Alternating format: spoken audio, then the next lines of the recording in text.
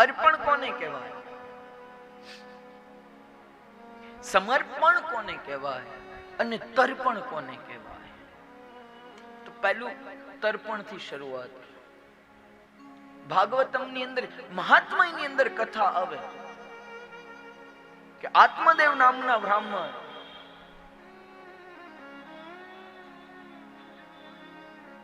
અને એ આત્મદેવ નામના બ્રાહ્મણ, એમના ધર્મ પત્ની જેનું નામ હતું ધુંધલી, અને ધુંધલીને કોઈ સંતાન ન હતું. આત્મદેવ બ્રાહ્મણ એટલા બધા કર્મનિષ્ઠ બ્રાહ્મણ હતા. કર્મનિષ્ઠતાના કારણે આત્મદેવ બ્રાહ્મણને થયું કે આટલું છે, તેમ છતાં કોઈ પાછળ પિંડદાન કરે એવું તો કોઈ તત્વ છે નહીં, કોઈ પિંડદાન દે એવું તો કોઈ છે નહીં.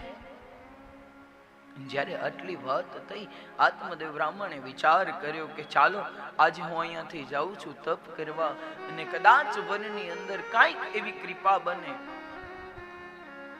તો જે ઠાકુરને મરજી હશે એ કાંઈક અરજી લગાડીશું. આત્મદેવ બ્રાહ્મણ નીકળે છે. જુઓ તર્પણ કોને કહેવાય. ત્યાં છે રસ્તાના માર્ગમાં એક સંત ભગવંત મળી ગયા, અને એ સંત મળી અને આખી માંડીને વાત કરી દીધી. માંડીને વાત કરી, સંત ભગવંતે ઝોલીમાંથી એક ફળ દીધું. એ ફળ દઈ અને આત્મદેવ બ્રાહ્મણને કહી દીધું કે મહારાજ તમે ક્યાંય જશો નહીં, આ ફળ છે ને તમે તમારા ધર્મપત્નીને આપી દેજો, અને તમારા ધર્મપત્નીને તમે આપશો એટલે ઠાકુરજીની કે કંઈક ભગવાનની કૃપા હશે તો કંઈક સંતાન રત્ન ઉત્પન્ન થશે.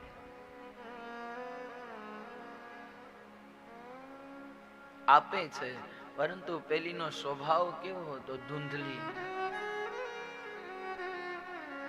ગુરુજી કહેતા કે ફુહેડનાર કહેવાય. તમે એમ કહો ને કે ઉત્તરમાં તો પેલી કે ના દક્ષિણમાં, તમે એમ કહો ને કે દ્વારિકા જવું છે તો પેલી એમ કે ના જગન્નાથપુરી જવું છે. એટલે કંઈ પણ કયો ઊંધું હાલે એટલે સમજી લેવાનું કે આ એ તત્વ સમજે ને સમજાય. આ ધુંધલી એને વિચાર્યું કે આ ફળ ખાઈશ તો મારું સૌંદર્યતા જતું રહેશે, મારું સુંદરતા જે આ સુંદર રૂપ છે એ જતું રહેશે. કદાચ ન કરે નારાયણ આગ લાગે તો આગની અંદર હું દોડી નહીં શકું. એને કર્યું શું? એ જે ફળ હતું, દ્વારના એમના આંગણાની અંદર એક ગૌ માતા બાંધેલા હતા, અને એ ગૌ માતાને એ ફળ ખવડાવ્યું. અને હવે ધુંધલીએ શું કર્યું? એની સગી બેન એ જ ગામની અંદર રહેતી, એને જઈને કહી દીધું જો મારી જોડે માલ છે, તારી જોડે તાલ છે. ધુંધલીએ જઈને શું કીધું? મારી જોડે માલ છે અને તારી જોડે તાલ છે, તને જેટલા જોઈતા હશે એટલા હું તને માલ દઈશ, તું મને તારો તાલ દે. સોદો થઈ ગયો. સારો સમય આવ્યો. આ બાજુ સંતની દીધેલી પ્રસાદી છે ને ભક્તો ક્યારે એડે ન જાય, અને સંતના બતાવેલો માર્ગ છે ને એ પણ ક્યારે એડે નથી જતો. પેલું કહેવાય ને કે ઇન્સ્ટન્ટ રિકવરી લેવી હોય દવાઓમાંથી તો તમારા હાઈ ડોઝ લેવા પડે. શેના? એલોપેથીના. એ તમને ત્વરિત રાહત આપી દે, શાંતિ આપી દે. પરંતુ જડ મૂળમાંથી જવું હોય ને તો આયુર્વેદિકમાં જવું પડે. એમ સંત ભગવંત છે ને એ આપણા જડ મૂળમાંથી જે દુઃખ હશે, જે સંતાપ હશે, જે સંતાપ હશે એનો નાશ કરશે. અને એ આંગણે ગૌ માતાને સુંદર ભગવાને જે સંત ભગવંતે દીધેલી જે પ્રસાદી હતી એમાંથી એક સંતાન ઉત્પન્ન થયું. એના કાન ગૌ માતાના બચ્ચા જેવા સુંદર વિશાળ કાન હતા, એટલે એનું નામ પડી ગયું ગૌકર્ણ. અને જે પેલી ધૂંધલી નાટક કરતી હતી એને એના બેનના ત્યાંથી એ દીકરો લઈને આવી ગયો અને એનું નામ પાડી દીધું ધુંધુકારી. ભાઈ સત્કર્મી અને બીજો ભાઈ હતો એ વ્યભિચારી. કેમ કે લોહી તો અલગ હતું ને. એમ કહેવાય ને કે લોહીના સંસ્કાર પણ આગળ જતા દેખાય. અને એટલું નહીં ભક્તો, ગરુડ પુરાણ એટલે સુધી કહે છે કે તમારા બાપ દાદાઓના જે સંસ્કાર છે ને એ ત્રીજી પેઢીએ ઝલકી ઉઠે છે. અને ત્રીજી પેઢીથી ઓળખાણ થઈ શકે કે આમના પૂર્વજો કેવા હશે. ધુંધકારી એટલો બધો વ્યભિચારી, નાપાક, ચોરી, જુગાર બધું જ કરતો. ગૌકર્ણજી ઘર-બાર છોડીને ગયા, પિતાજીને ઉપદેશ આપી ગયો કે પિતાજી તમારે પણ જો ભગવાનનું ભજન કરવું હોય તો આ બધાનો ત્યાગ કરો. એમની માતા ખૂબ દુખી થઈ, ભગવાનના ધામમાં ગયા. એક વખત રાજ દરબારની અંદર ધુંધકારીએ ચોરી કરી અને એ ચોરી કરી અને જે વ્યભિચારીણી હતી એ બધાને ખબર પડી કે આ તો રાજ દરબારની ચોરી છે, આજે નહીં તો કાલે આપણે પકડાઈ જવાના છે.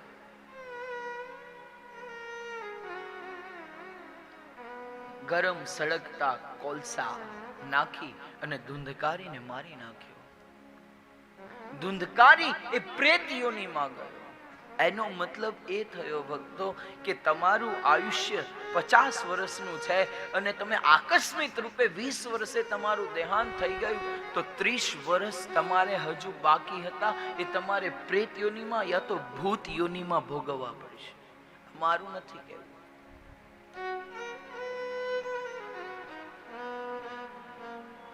એમ કોઈ કહેતું હોય ને કે પ્રેત યોની છે કે કેમ, તો હાથ છે. ભૂત યોની છે કે કેમ, તો કે હાથ છે. પ્રમાણ છે આપણું ભાગવત. સર્વનો સાર છે આપણું ભાગવત. એ પ્રેત યોનીમાં ગયા. પ્રેત યોનીની અંદર ગયા. ગૌકર્ણજીને એમ થયું કે લાવો ને ઘણો સમય થઈ ગયો, મારા ઘરે તો જાઓ. અને ઘરે ગયા ત્યારે કાંઈ નહીં, બસ સુંદર મજાના બિરાજમાન હતા. રાત્રિનો સમય થયો. રાત્રિના સમય ગૌકર્ણજી નિંદ્રાને આધીન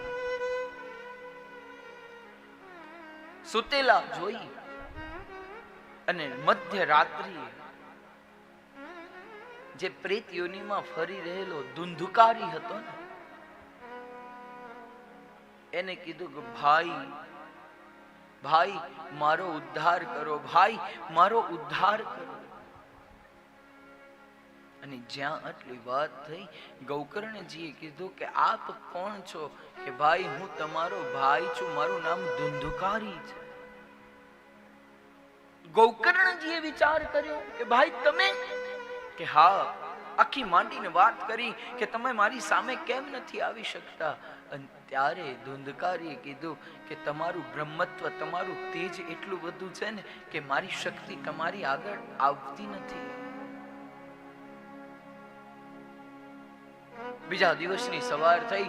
ગૌકર્ણજીને થયું લાવો આજ મારા ભાઈએ મને કીધું છે કે મારો ઉદ્ધાર કરો. અનેકો પ્રકારના સંતોના આંગણે જાય. અમુક જગ્યાએ જે ખોટા બની બનાવેલા સંતો હતા એમને ત્યાં જાય અને પૂછે કે આપ મહારાજ અત્યારે મૌન છે, એ બોલશે નહીં. ગૌકર્ણજી અનેકો સ્થાને ગયા પરંતુ એમને માર્ગ ન મળ્યો. ભગવાન સૂર્યનારાયણને આરાધના કરી. સૂર્યનારાયણ ભગવાને કીધું શ્રીમદ ભાગવતમ કથા કુરુ, શ્રીમદ ભાગવતમ કથા કુરુ, શ્રીમદ ભાગવતમ કથા કુરુ. સુંદર મજાનું ભાગવતમ કથાનો આદેશ આપ્યો. ભાગવતમ કથાની શરૂઆત થઈ અને આ જે કથાની શરૂઆત થઈ, આ કથા અષાઢ સુદ નોમથી શરૂ થઈ અને કલયુગના 200 વર્ષ પછી કથા. એ વાંસ લેવામાં આવ્યો. વાંસની અંદર ધુંધકારીને બિરાજમાન કરવામાં આવ્યા. બિરાજમાન કર્યા. સપ્તમ દિવસની કથા વિરામ થઈ, પૂર્ણ થઈ. સુંદર મજાનું ભગવાનનું વિમાન આવ્યું અને એ ધુંધકારીને લઈને ગયા.